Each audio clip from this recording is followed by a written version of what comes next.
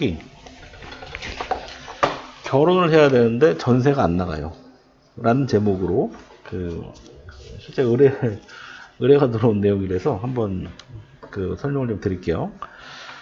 내용이 뭐냐면, 일단 여기 이제 그림을 먼저 보면 임대인이 있고, 그 다음에 이제 임차인이 있어요.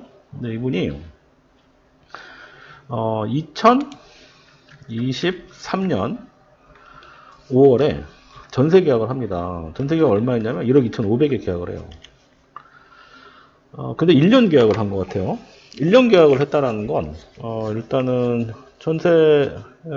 전세금에 대해서 원룸이겠죠. 원룸. 전세가 원룸 정도 사이즈고, 제가 이따가 잠깐 보여드릴게요. 어디 지역인지 대충 설명을 드리면, 자, 그래서 어쨌든 2024년도 5월달에 1억 2,500만 원에 계약을 했고 1년을 살고 난 다음에 대출을 안 받은 상태에서 현금을 다는 거예요. 아가씨인데, 임차인이 아가씨인데, 이제 그런데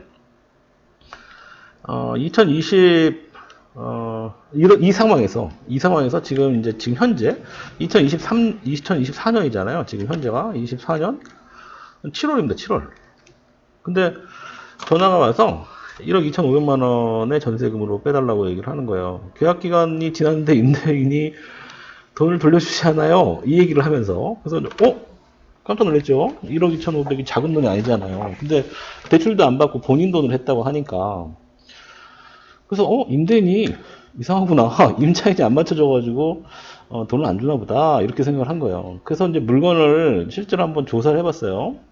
물건 조사한 부분이 어디 있냐면, 자, 내부 부동산에서 여기 이제 전세, 이건 예를 든 겁니다. 어디라고 딱 특정하지 않을게요, 제가. 자, 예를 들어서 지금 대충 보면 여기가 1억 정도의 그러니까 23제곱미터니까 1억 정도에서 왔다 갔다 하고 있죠. 근데 1억 2,500에 내달라는 거예요. 그러면 이게 나가겠습니까? 안 나가겠습니까? 당연히 안 나가죠. 왜냐면 1억짜리가 몇 개가 있으니까. 그러니까 이 1억 2,500에 내놔도 이거는 나갈 가능성이 없어요. 그러니까 임대인하고 협의를 해가지고 이걸 받을 수 있게끔, 그러니까 1억 2,500만 원을 받을 수 있게끔 얘기를 진행을 하셔야 되는 상황이에요. 그런데 얘기를 물어보면서, 그러면 전세계약을 2023년도 5월 달에 했으면 만료가 1년을 했을 거 아니냐, 1년이나 2년을 했을 거 아니냐 그랬더니 1년으로 했고 2024년도 5월 달에, 지지난 달에 연장 계약을 했다는 거예요. 연장 계약. 그래서 임대인하고 임차인 간에 연장 계약을 한 건지 아니면 부동산 가서 연장 계약을 한 건지를 물어봤어요. 했더니 부동산 가서 연장 계약을 했다고 합니다. 그러면 보증서 발급을 받았냐? 근데 보증서 발급을 못 받았다는 거예요. 시세가 높기 때문에 보증서 발급을 못 받았다. 조금 제 입장에서, 그러니까 이제 현직에 있는 사람으로서는 조금 어쨌든 그런 상황이에요. 그래서 그러면 임대인이 돌려줄 수 있는 상황이냐? 근데 임대인이 돈이 없다고 합니다. 거기다가 하필 또 내년에 결혼까지 해야 된대요. 결혼을 원래 이제 시간을 내년 중반에 하려고 했다가 내년 초에 그냥 급하게 이제 하려고 한다고 합니다. 그럼 결국은 이 전세 보증금을 받아서 그 집을 사는데 보탬이 되려고 이제 생각을 하고 있는데 집이 안 빠지는 상황이고 굉장히 곤란한 상황인 거죠.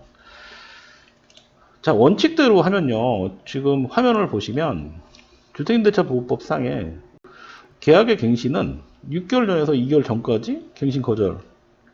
어쨌든 계약을 연장하거나 아니면 계약을 해지하고 이제 그만하고 이제 나가거나 둘 중에 해야 되는 상황이지만, 이분 같은 경우는 연장 계약서를 썼단 말이에요. 연장 계약서. 그러면 임대인 입장에서는 내년 5월 달까지, 2025년도 5월 달까지는 돈을 돌려주지 않아도 문제가 되지 않습니다. 그렇죠? 그러니까 임차인이 굉장히 불리한 상황입니다. 이 상황 자체는. 이 상황 자체는 되게 불리하고, 시세로 봤을 때도, 지금 보면 시세를 봤을 때도 1억 원 전세가 많이 있는데 1억 2,500이 안 나가겠죠. 좀 당연히. 결국은 내년 5월 달까지, 결혼 이후까지도 전세가 안 나갈 수 있다. 그럼 그때 가서 임대인한테 1억 2,500만 원을 빼주세요. 그러니까 끝나기 전 6개월에서 2개월 전에 이제 얘기를 하면 결국은 지금부터 10개월 동안은 전세보증금이 들어가 있는 상태로 계속 유지를 할 수밖에 없는 상황인 거예요. 임차인 입장에서는. 불리하죠. 굉장히 불리하죠. 거기다가 또 불리한 건, 심지어 1억 2,500이 보증서 발급이 안 돼요. 임차인이 사실 이런 거 계약을 할 때 그 보증서 발급이 되냐 안 되냐에 대한 부분은 기본적으로 제가 올려드렸던 그 내용들 기준으로 해서 찾아보시는 게 좋을 것 같아요. 근데 예전에 한번 설명드렸던 것 같은데 테크 시세라고 테크 시세에도 시세를 보고 매매 하한가에 90% 안에 들어와야지만 보증서 발급이 된다라고 한번 설명을 드렸죠. 또는 KB 시세 여기서 이렇게 봤을 때 매매 시세가 있습니다. 매매 시세 여기 보면 매매 시세라는 게 있죠. 매매 시세가 이렇게 쭉 나오는데 요거 여기 KB 시세 KB 지금 KB 부동산 시세 하한가에 몇 프로라고 했죠? 제가 90% 안에 들어야 된다 그랬죠?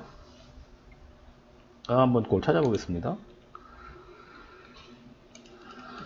지금 매매 하한가가 얼마냐면 1억 1,750만 원이에요. 곱하기 0.9 90% 안에 들어야 돼요. 1억 500이죠. 근데 이분이 아까 얼마라고 그랬죠? 1억 2,500이 전세가로 썼다고 그랬잖아요. 그럼 결국은 1억 2,500이기 때문에 1억 500 안에 안 되잖아요. 오버되잖아요. 그러면 보증서 발급이 안 되는 거예요. 그래서 더 불리한 거예요, 상황이.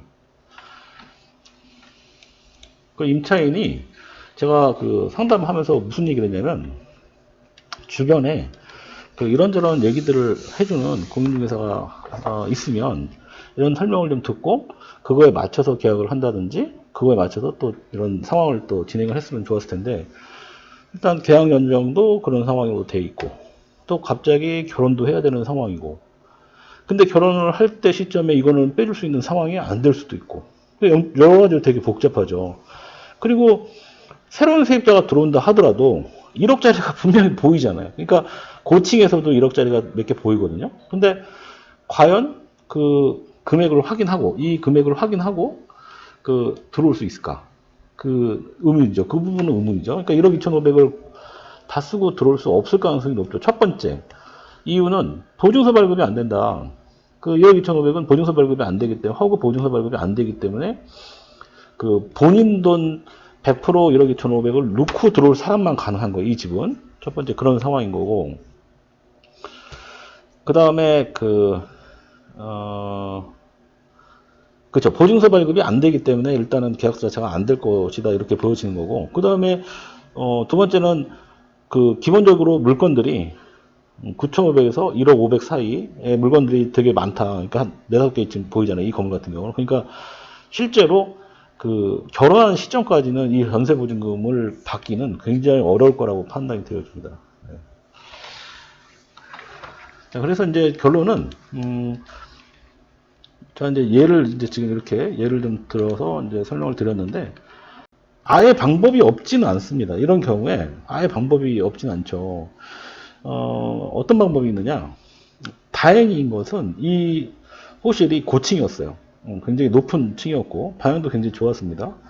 자, 근데 손님이 의뢰를 하는 사람들은 이게 금액의 문제, 아니면은 방향의 문제, 아니면은 뭐 저층이냐 고층이냐 중층이냐 이런 걸 고려하는 사람들이 대부분 많지만 나는 꼭 그 호실을 하고 싶다라고 하는 분도 있어요. 이런 경우는 전세를 소위 이제 다른 형태의 전세 대출을 받아서 들어오는 사람을 연결을 하거나 아니면 전세 플러스 알파로 계약서를 쓴다든지 하는 방법으로 해서 진행이 가능할 것 같아요. 그 방법 외에는 시세가 올라가는 데까지 기다려야 되는 상황이 생길 수도 있겠죠. 시세는 계속 변하는 거니까 언제 바뀔지 모르기 때문에 그럴 수 있는 상황이 생긴다 이거죠. 그러니까 제가 이제 이런저런 이제 전화를 이제 현업에서 이제 그런저런 얘기를 듣다 보면 이건 되게 사실 단순한 거예요. 만약에 결혼을